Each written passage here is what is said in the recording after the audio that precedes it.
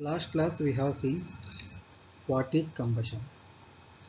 Now let us see essentials for combustion, which means things required for complete combustion.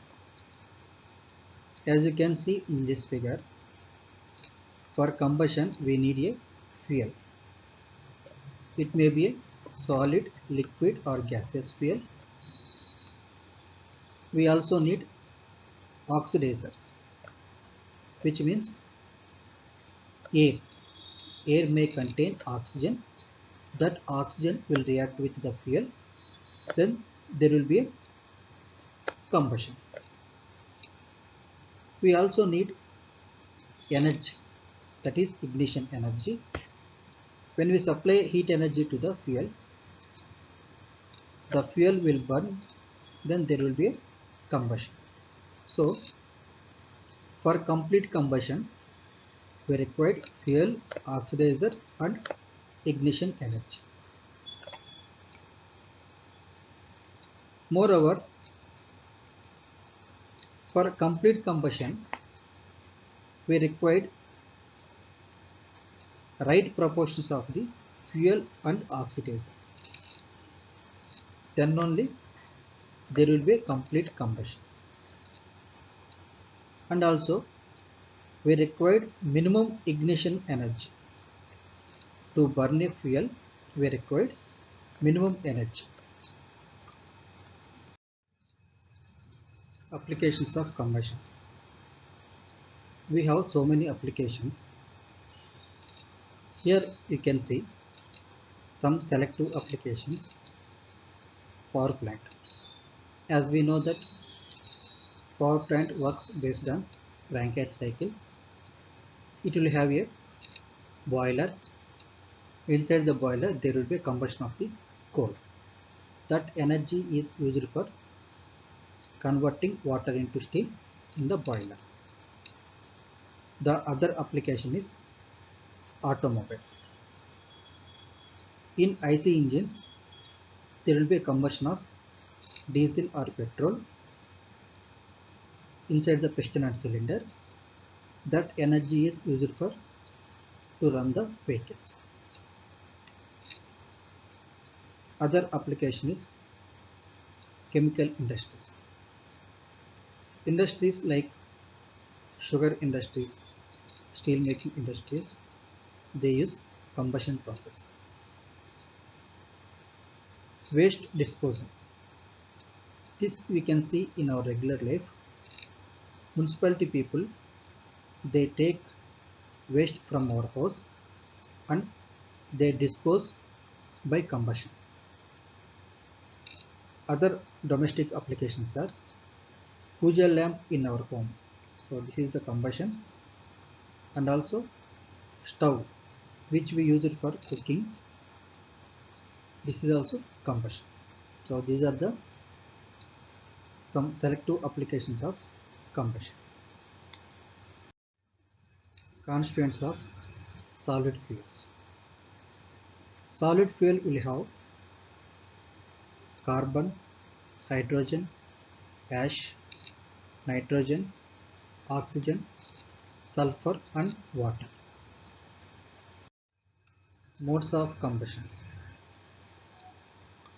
We have mainly two types: flame mode, flameless mode. In flame mode we could see flame visually, whereas in flameless mode we cannot see flame visually. Flame modes are two types: premixed flame, diffusion flame. In premixed flame, fuel and oxidizer are mixed before actual combustion. Example: Bunsen burner and LPG stove. In our home we have LPG stove.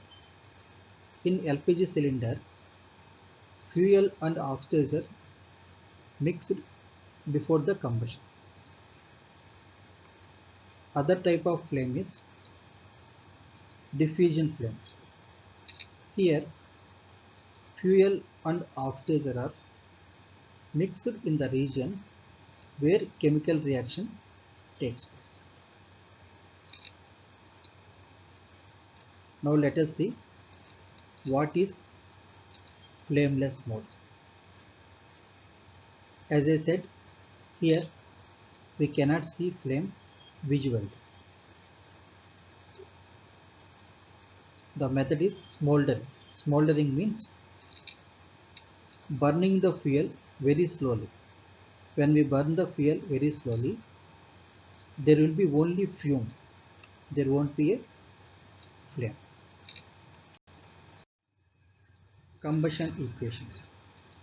There are many combustion equations, but we are going to discuss few important equations in subject point of view. Now the first condition is sufficient oxygen available. When carbon burns with sufficient oxygen O2, that will give carbon dioxide CO2, which means 1 mole carbon reacted with 1 mole oxygen, that would give 1 mole of carbon dioxide by volume. If you take by mass, we know that carbon atomic mass is 12, for oxygen 16, but here O2 is there, so 2 into 16, 32, CO2, C plus O2, 12 plus 32, 44, which means 12 kg of carbon requires 32 kg of oxygen, that would give 44 kg of carbon dioxide. Again I am repeating, 12 kg of carbon requires 32 kg of oxygen, that will give 44 kg of carbon dioxide. Now from this equation we can find the amount of oxygen required for 1 kg of carbon. So for 1 kg of carbon we can write it as 32 divided by 12. So that is 8 by 3 kg of oxygen, which means 1 kg of carbon requires 8 by 3 kg of oxygen. We can find amount of air required for complete combustion. We know that atmospheric air contains oxygen, nitrogen, and also there will be some amount of carbon dioxide. Generally it will be in ppm. So generally we neglect the carbon dioxide percentage. We consider only oxygen and nitrogen. If you take by volume, oxygen percentage is 21%, nitrogen 79%. If you take by mass, oxygen 23%, nitrogen 77%. But during the combustion, only oxygen will react with the fuel. Nitrogen, it does not react with the fuel. Now we can find for amount of air required for 1 kg of carbon. That is, we know that for 1 kg of carbon we require 8 by 3 kg of oxygen. So now we can write it as, for 1 kg the amount of air required is 8 by 3 divided by 0.23. So it will give amount of air required for complete combustion. Here you can see other reactions also. When hydrogen reacts with oxygen, it would give H2O. Since hydrogen is a gaseous fuel, here they written in terms of volume. 2 volume of hydrogen reacts with the 1 volume of oxygen, that would give 2 volume of H2O. When we write in terms of mass, atomic mass of hydrogen is 1. Here H2 is there, so 2 into 1, 2 into 2, total 4. 2H2 equals to 4. For oxygen, atomic mass is 16. Here O2 is there, so 2 into O,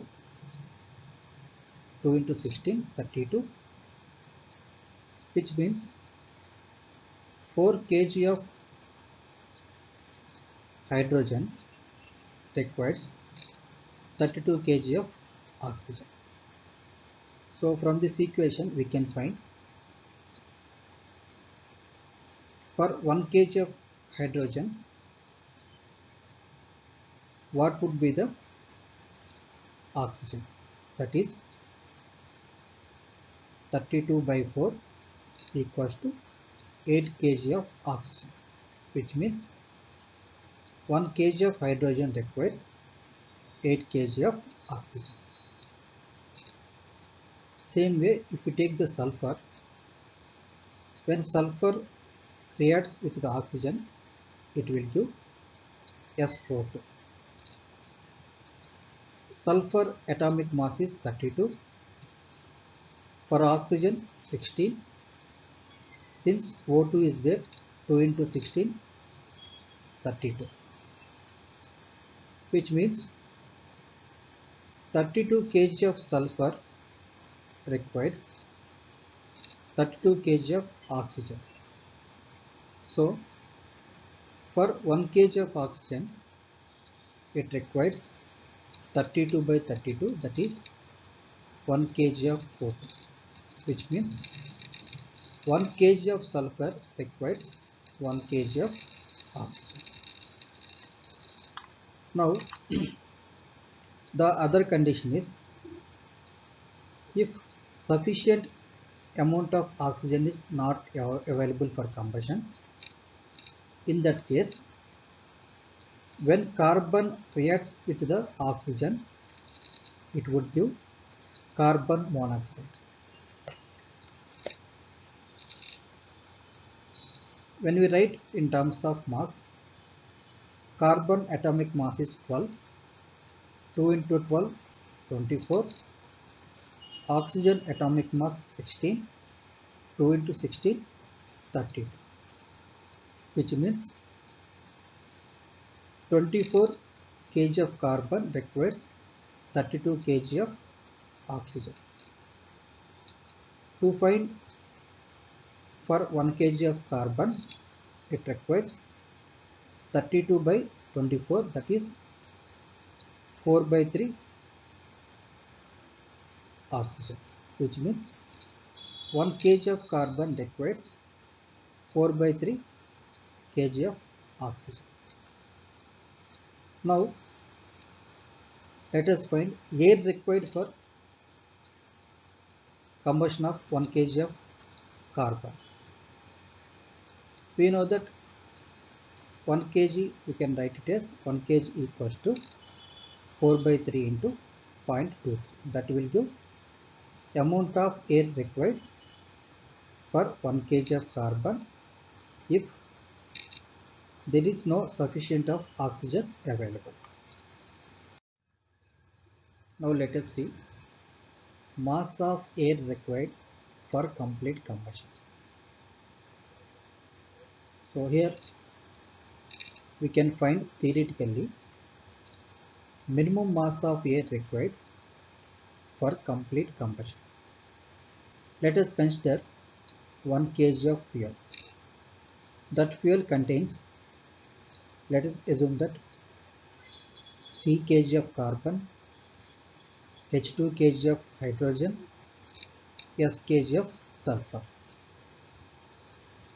Now we can find total oxygen required for complete combustion of 1 kg of fuel. That is, we have to combine all the combustible products. Those are carbon, hydrogen and sulfur. So we can write it as 8 by 3 into C, which means for 1 kg of carbon we require 8 by 3 kg of oxygen plus 8 H2, which means 1 kg of hydrogen requires 8 kg of oxygen plus S, which means 8 kg of sulfur requires 1 kg of oxygen. The amount of oxygen required we already discussed in the previous slide. The same values I substituted here. So this is the equation to find the total amount of oxygen required for complete combustion of 1 kg of fuel. But in the fuel itself, it contains some amount of oxygen.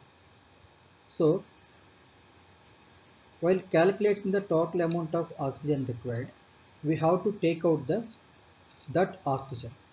So that is the reason why here I written it as 8 by 3 into C plus 8H2 plus S minus 4. Again I am repeating, in the fuel itself there will be oxygen. So that oxygen we don't require for the combustion. That oxygen we have to subtract from this total equation. Now we know that the amount of air required for 1 kg of oxygen.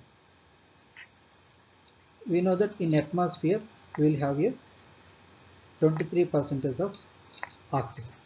So we can write it as 100 by 3, that is 4.35 kg. Now the final equation is mass of air required for complete combustion of 1 kg of fuel, that is 100 by 3 into 8 by 3 carbon plus 8 H2 plus S minus O2.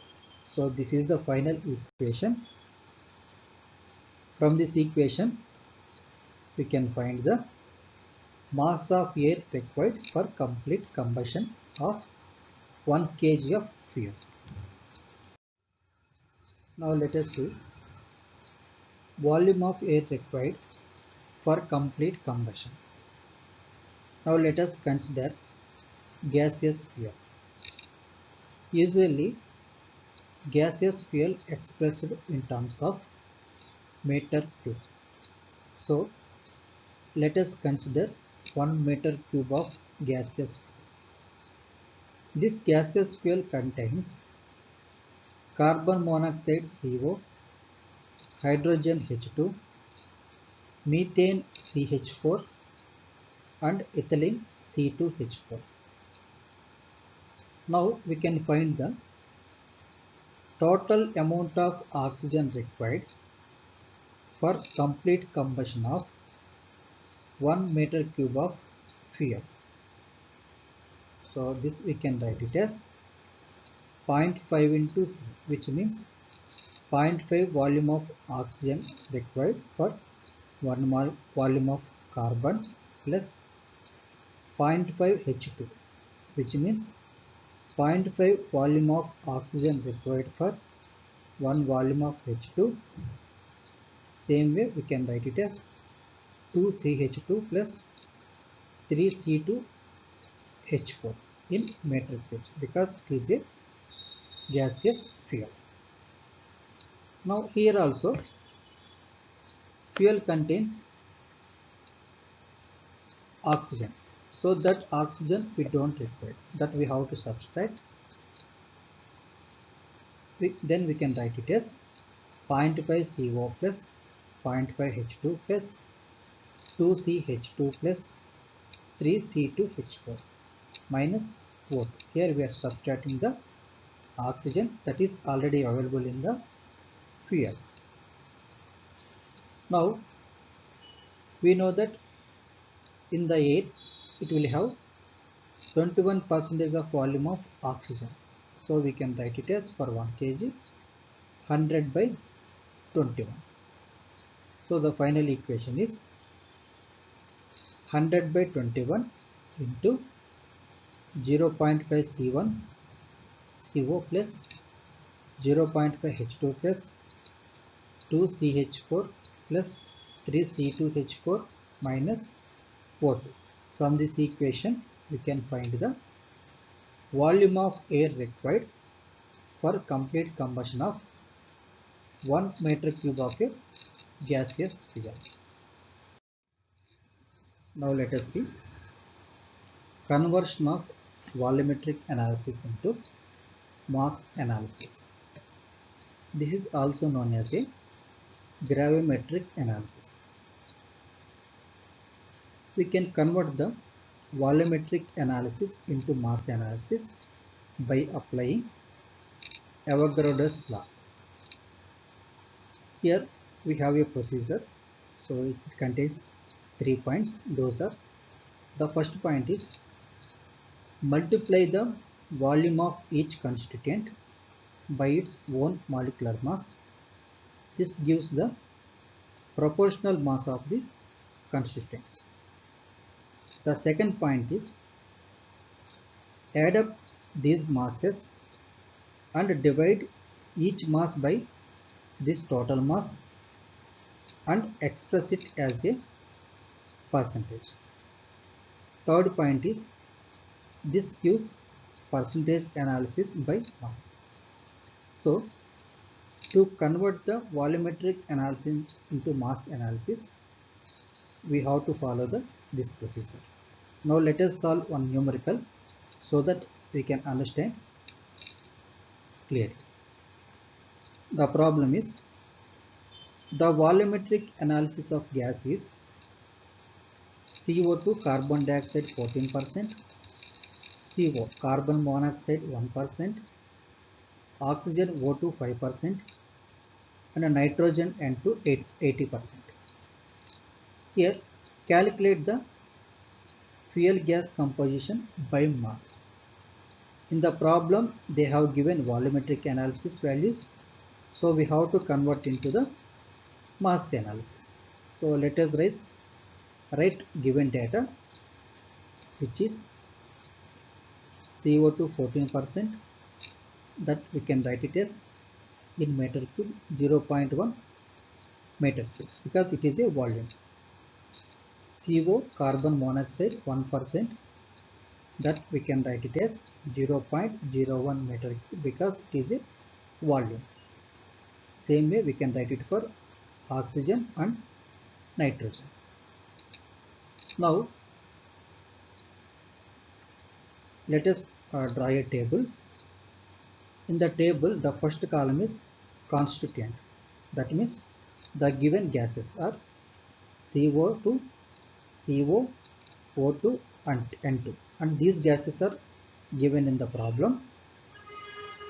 For their respective volumes are 0.14, 0.01, for O2 0.05, for nitrogen 0.80. These values are already given in the problem. Now in the third column we have to find the molecular mass. To find the molecular mass we should know the atomic masses of the elements. If you take the CO2, carbon atomic mass is 12, for oxygen 16. Since here O2 is there, 2 into 16 plus 12, the total 44. For CO2 molecular mass is 44. Same way if you take the carbon monoxide, carbon atomic mass is 12, oxygen atomic mass is 16. 12 plus 16, 28. So molecular mass for carbon monoxide is 28. Same way we have to find for oxygen and nitrogen. Now we have to apply the Avogadro's law to convert the volumetric analysis into mass analysis. Now let us see fourth column. In fourth column we have to find the proportional mass. How to find the proportional mass? In the procedure, the first point is here they mention that multiply volume of each constituent by its own molecular mass, which will give proportional mass. So here in this column,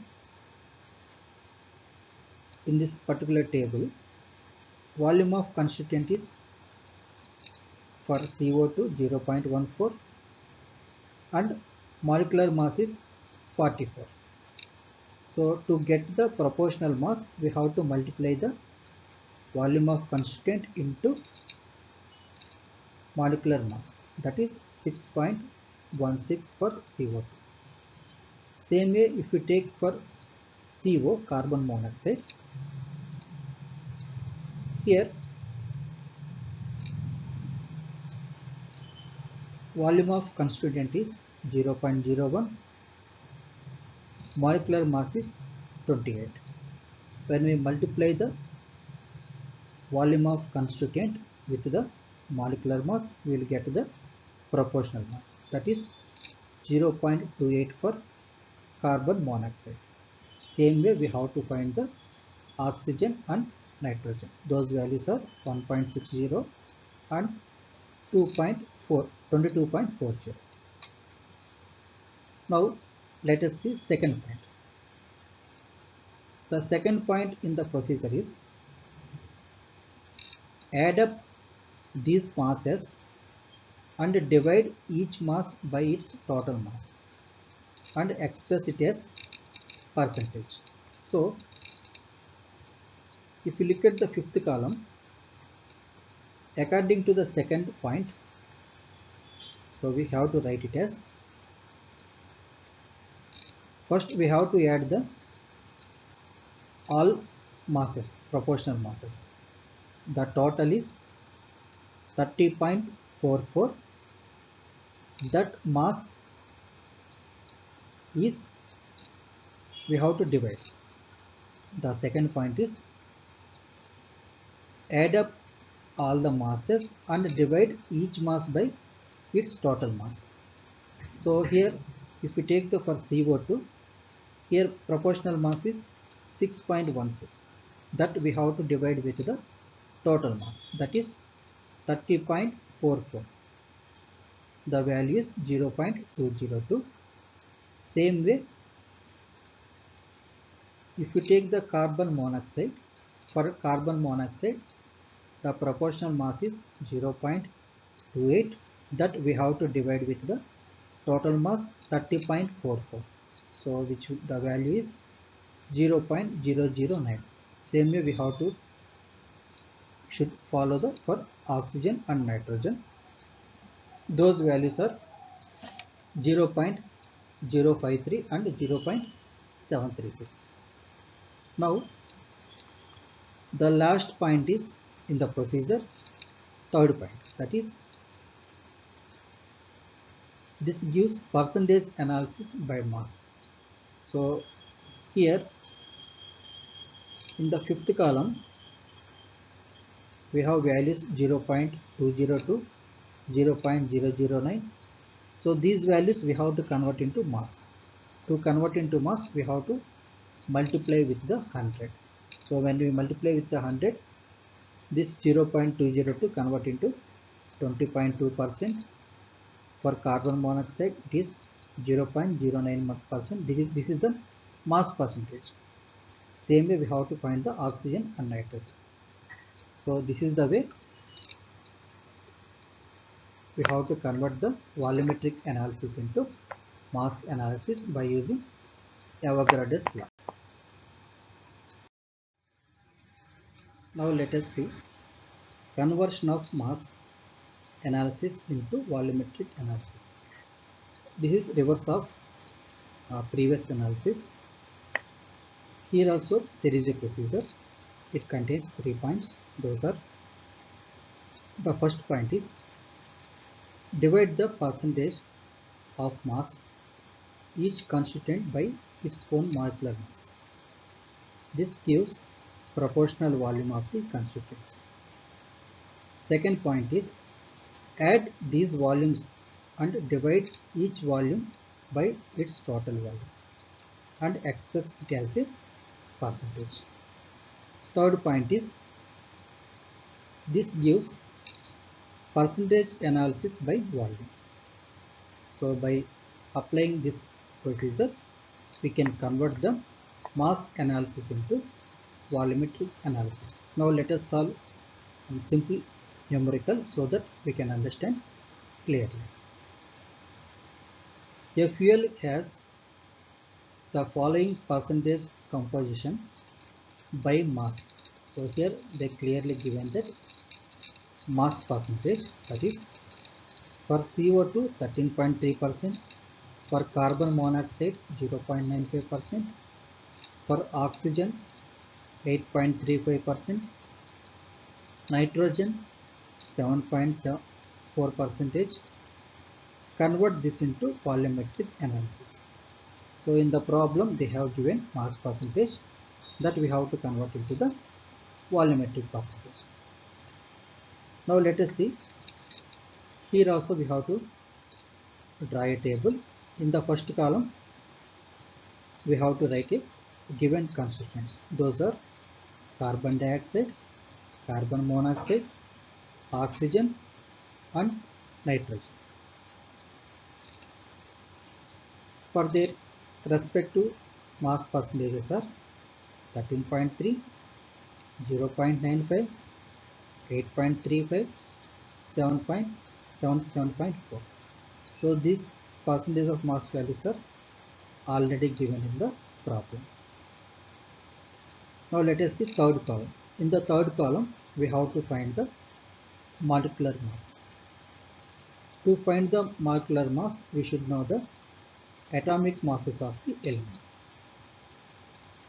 If we take the CO2, atomic mass for carbon 12, for oxygen 16.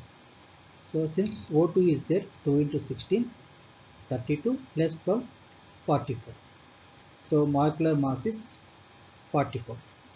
Same way we have to find the carbon monoxide. For carbon monoxide, for carbon atomic mass is 12, for oxygen atomic mass is 18.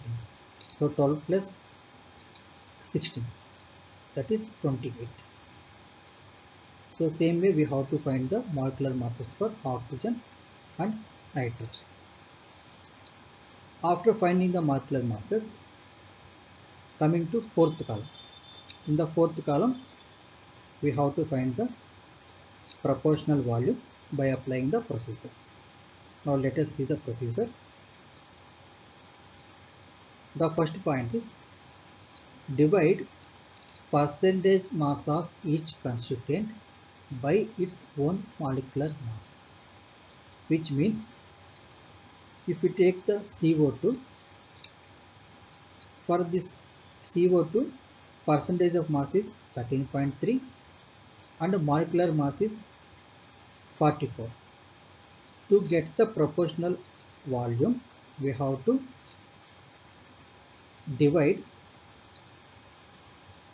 the percentage of mass by its own molecular mass. Here percentage of mass is 13.3, own molecular mass is 44, that is 0.03. Same way we have to do for carbon monoxide. If we take the carbon monoxide, for carbon monoxide percentage of mass is 0.95, molecular mass is 28.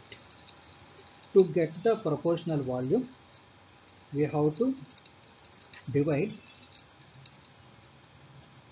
percentage of mass by molecular mass. that is 0.95 divided by 28, the value is 0.034. Same way we have to find the oxygen and nitrogen also. After finding the proportional volume, let us see fifth column. In the fifth column, we have to find the volume of the gas. What is the second point? In the second point, these volumes and divide each volume by this total volume. Okay, so for that, here we have to total all the volumes. That value is 3.357. So in the fifth column, what we have to do? We have to divide each volume with the total value. Which means, for example, if we take the carbon dioxide, for carbon dioxide, the proportional volume is 0.30. That we have to divide with the total volume, that is 3.357. So the same, so the written here, so the value is 0.090. Same way we have to find the carbon monoxide also. For carbon monoxide, proportional volume is 0.034. That we have to divide with the total volume, that is 3.357. So when you divide with the 3.357, the value is 0.010. Same way we have to do for oxygen and nitrogen. Finally, the third point is percentage analysis by volume. So these values we have to convert into percentage. To convert into percentage, we have to multiply with the 100. The last column is volumetric percentage. That is, for CO2, when we multiply with the 100, it will convert it into 9%. For CO, 1%. Same way we have to do for oxygen and nitrogen. So this is the way we can convert the mass analysis into volumetric analysis.